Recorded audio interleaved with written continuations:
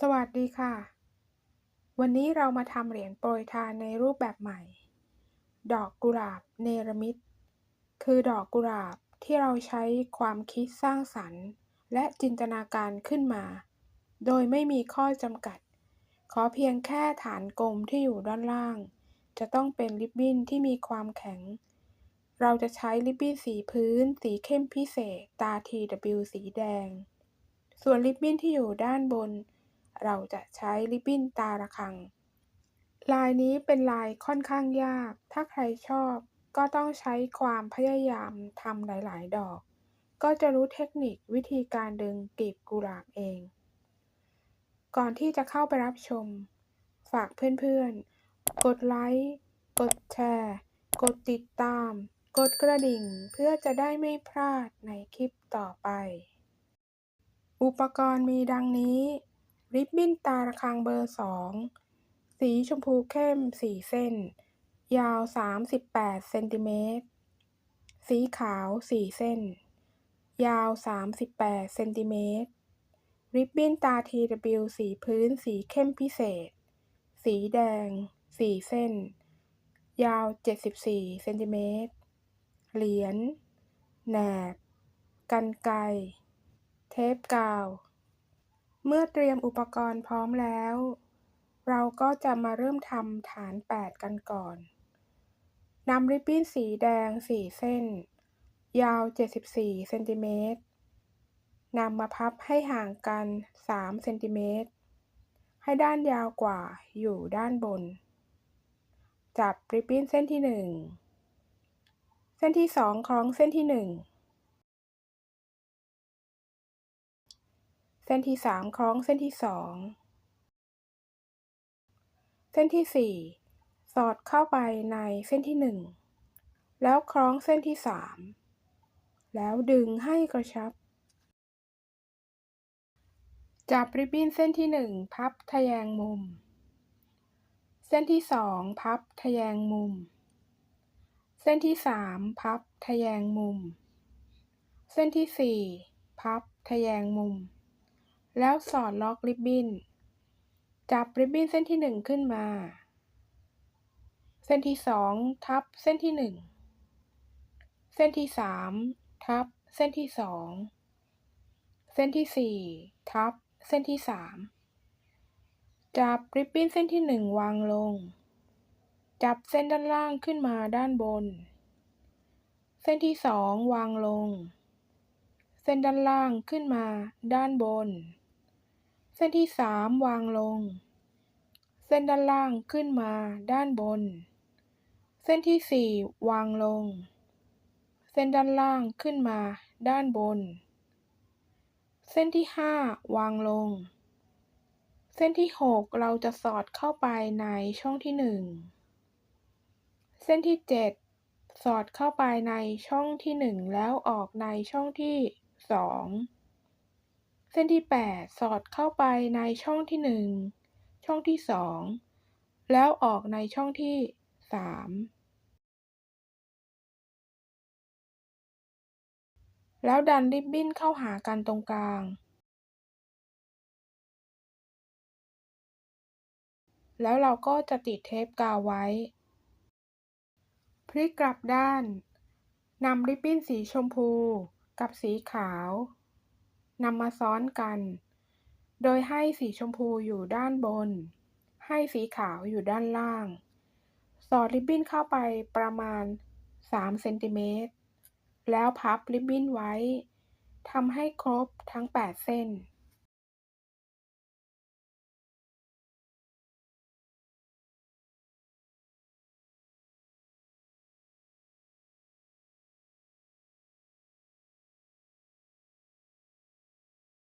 จับริบบิ้นเรียงกันทั้ง 8 เส้น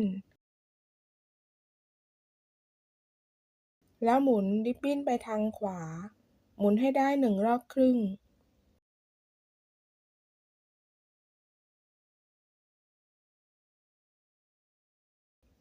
จับริบบิ้นสีขาวจับแบบนี้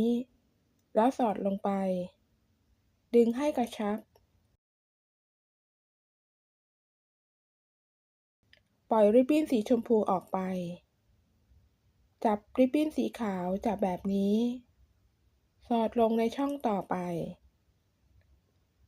เราจะทำสลับกันไปแบบนี้ให้ครบ8เส้น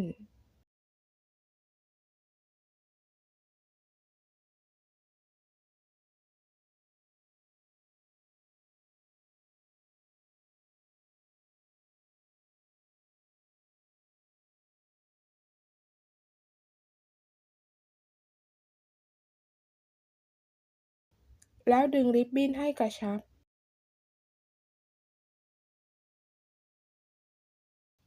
จับริบบิ้นสีชมพู4เส้นหมุนไปทางขวาหมุนให้ได้1รอบครึ่ง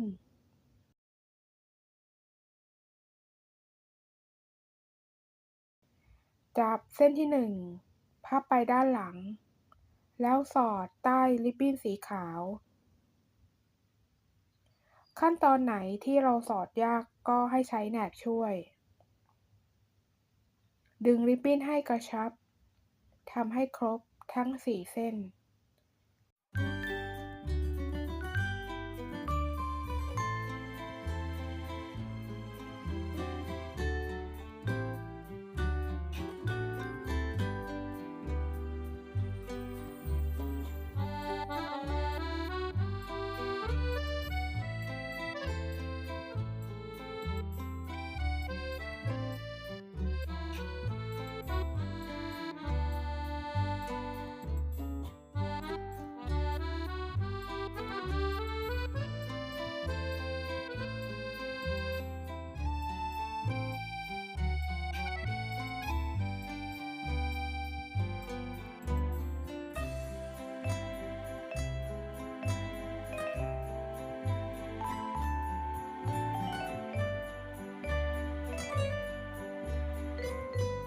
แล้วตัดปลายริบบิ้นออก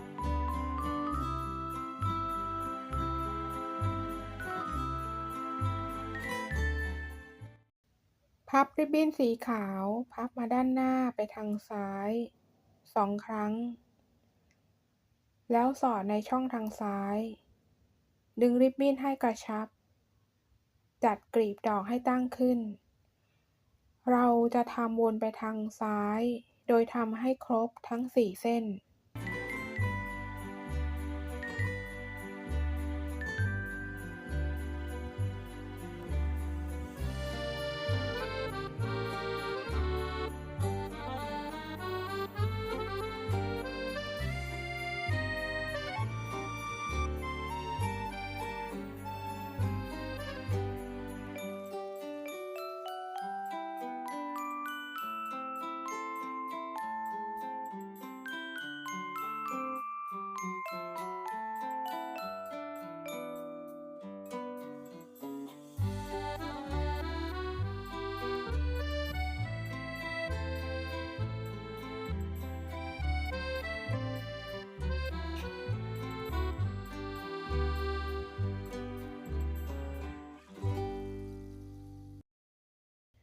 ในระหว่างที่ทำถ้าพบว่ากลีบดอกกลีบไหนที่ถูกดึงลงไปก็ให้ใช้แหนบดึงขึ้นมาต่อไปเราจะทำวนไปทางขวาจับริบบิ้นสีชมพูพับมาด้านหน้าแล้วพับไปด้านหลังข้าม1ช่องสอดลงที่ช่องนี้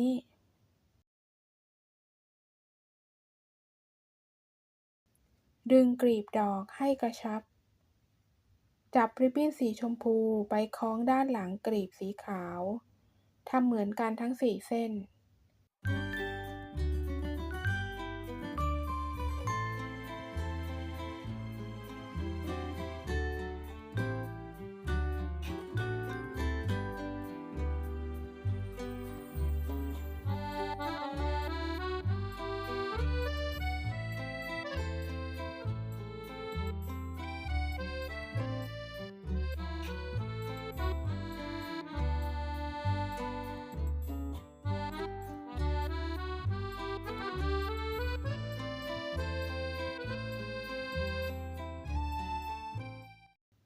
สำหรับเส้นที่4เราจะสอดที่ช่องด้านใน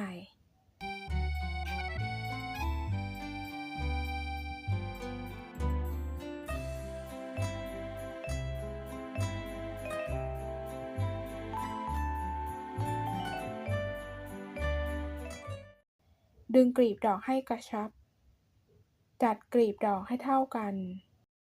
ต่อไปเราจะทำวนไปทางซ้ายพับริบบิ้นสีขาวไปทางซ้ายแล้วพับไปด้านหน้า2 ครั้งแล้วสอดลงในช่องทางซ้ายดึงให้กระชับจัดกลีบดอกให้ตั้งขึ้นเราจะทำเหมือนกันทั้ง4 เส้น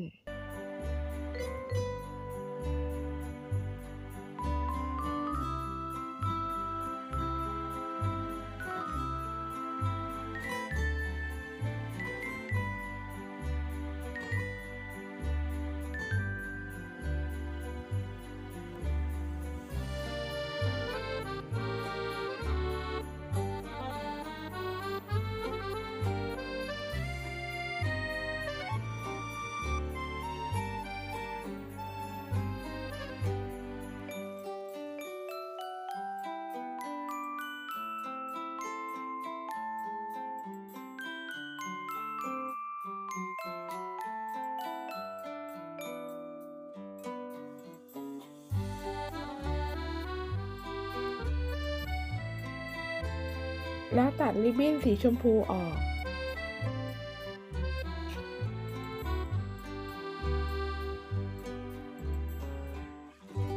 ต่อไปเราจะวนไปทางขวาจับริบบิ้นสีขาวพับมาด้านหน้าแล้วพับไปด้านหลังข้าม1 ช่องสอดลงที่ช่องนี้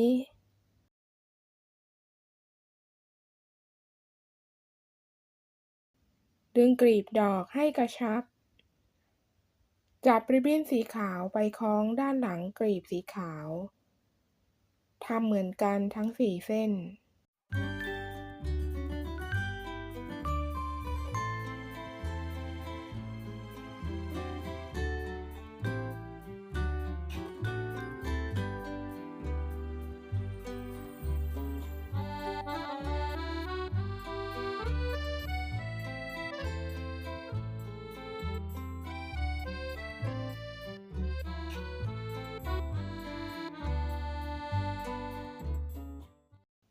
เส้นที่ 4เราจะสอดที่ช่องด้านใน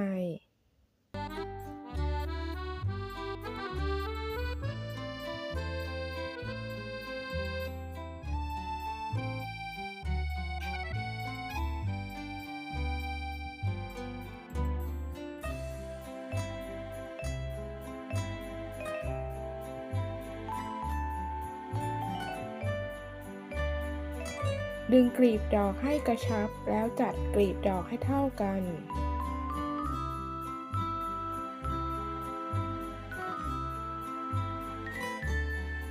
พลิกกลับด้านดึงเทปกาวออก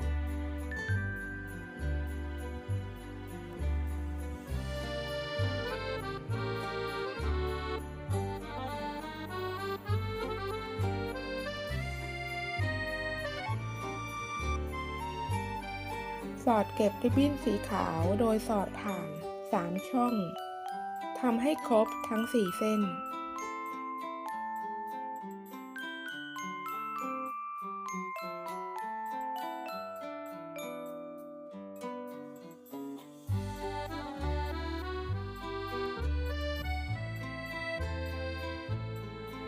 พลิกกลับด้านต่อไปเราจะข้าม2 เส้นจับริบบิ้นสีแดงเส้นที่1ข้าม2 เส้นเส้นที่2ข้าม2 เส้น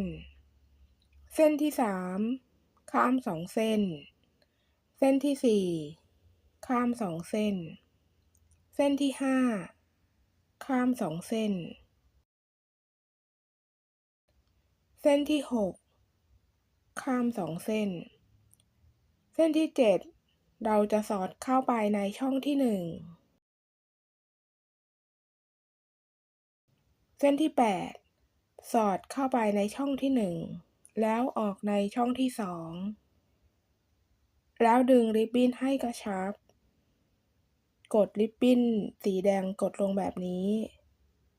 แล้วดึงให้กระชับ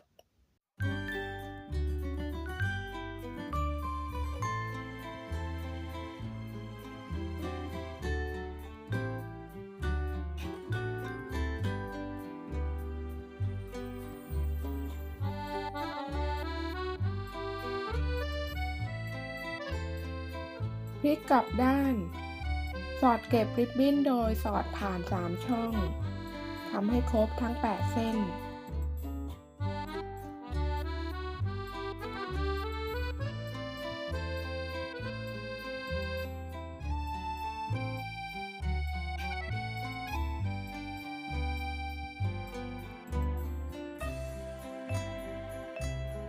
แล้วดึงริบบิ้นให้กระชับ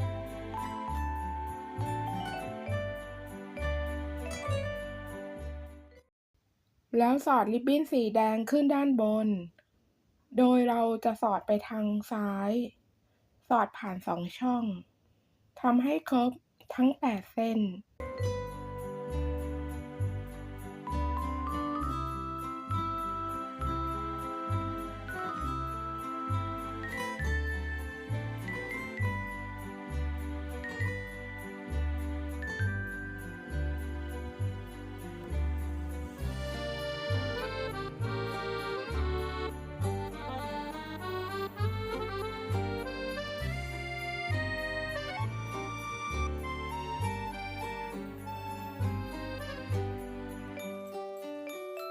แล้วดึงริบบิ้นให้กระชับ พลิกกลับด้าน สอดเก็บริบบิ้นโดยเราจะสอดผ่าน3ช่อง ทำให้ครบทั้ง8เส้น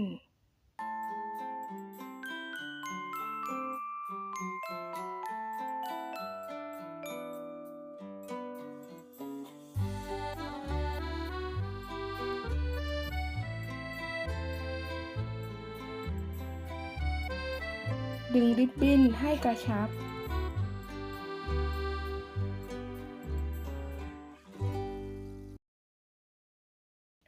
แล้วตัดปลายริบบิ้นที่เหลือออก